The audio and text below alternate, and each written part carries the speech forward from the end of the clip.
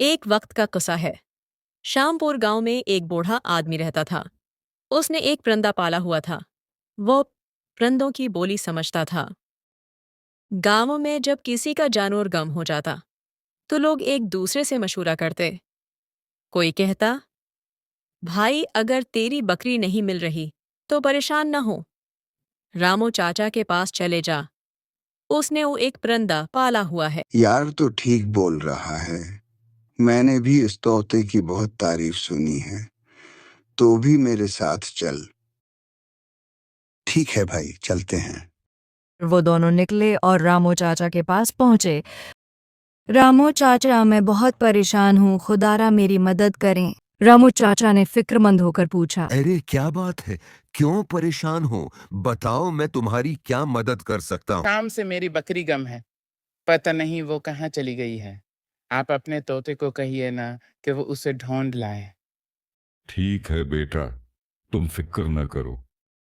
फिर वो अपने तोते से बोले, मेरे प्यारे तोते, फौरन जाओ और राजू की बकरी ढूंढ कर वापस ले आओ। अच्छा मालिक, मैं अभी जाता हूँ और बकरी को ढूंढ कर लाता हूँ।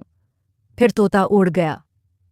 रामुआ चाचा ने राजू और उसके साथ आए लड़के से कहा, तुम लोग एक काम करो, अभी जाओ, शाम में दोबारा आ जाना, तब तक मेरा तोता जरूर बकरी का पता लगा लेगा। फिर वो दोनों वहां से चले गए। रामुआ चाचा गांव के एक अमीर आदमी थे। उनके पास काफी जमीनें थीं। उनके दो बेटे थे, एक का नाम मीठा और दूसरे का राजू। दोनों बेटे एक ही घर में रहते थे। मीठा अपनी बेवी नसीबू और राजू अपनी बेवी शमू के साथ था। दोनों भाई कुछ काम नहीं करते थे, बस बाप के पैसों पर गुजारा करते थे। फिर शाम हो जाती है, वो दोनों आदमी आते हैं। जी रामू चाचा, आपके तोते ने मेरी बकरी का पता लगाया या नहीं? वो अभी बात ही कर रहे होते हैं कि तोता आ जाता है। रामू चाचा खुश होकर कहते हैं, आ मेरे प्यारे तोते, बता इसकी बकरी कहाँ है। तोता सारी बातें बताता है। रामू चाचा कहते हैं, देखो, मेरे तोते ने तुम्हारी बकरी ढूंढ ली है। गांव के साथ जो जंगल है, वहीं एक कुएं में तुम्हारी बकरी फंस गई है।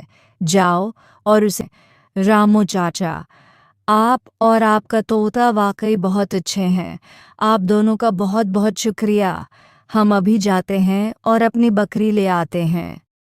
जब वो दोनों चले जाते हैं तो रामू चाचा अपने तोते से कहते हैं, मेरे प्यारे तोते, मैं अपने दोनों बच्चों को लेकर बहुत फिक्रमंद हूँ। तोता पूछता है, ऐसा क्या हुआ मालिक जो आप फिक्रमंद हो?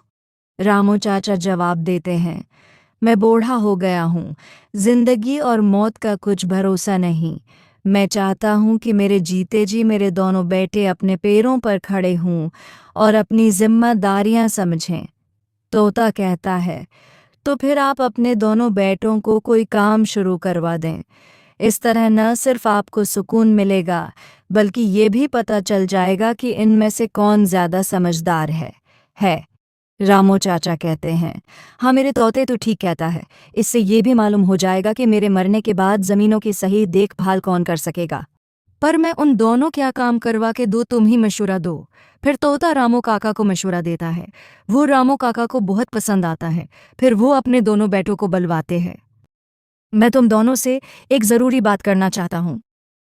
अबाजी, कैसी ज़रूरी बात? बेटा, अब मैं बूढ़ा हो गया हूँ। अब मुझ में पहले जैसा दमखम नहीं रहा।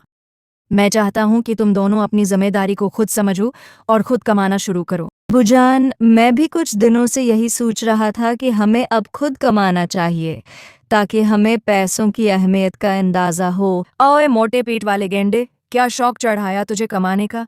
बस कर, 2 दिन कमाएगा तो तेरी अक्ल ठिकाने आ जाएगी।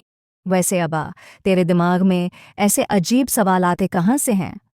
हमारी इतनी ज़मीनें हैं कि अगर बैठ के खाते रहें तब भी ख़त्म न हों।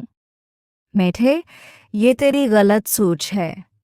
मैंने फैसला कर लिया है कि तुम दोनों को 10-10 मुर्गियाँ दूंगा। अब मुझे ये देखना है कि तुम इन मुर्गियों से कैसे कारोबार करके पैसे कमाते हो। बस यही चीज़ मुझे जाननी है, तुम्हारी समझ, तुम्हारी मेहनत। फिर बाप उसे 10-10 मुर्गियां देकर घर से जाने को कहता है। पर अब हमें घर से जाने को तो कहता है, मगर हम जाएंगे कहाँ? अजो, तू अपनी बीवी के साथ मेरे दाएं तरफ वाले घर में रहेगा, और मेठे, तू अपनी बीवी के साथ बाएं तरफ वाले घर में।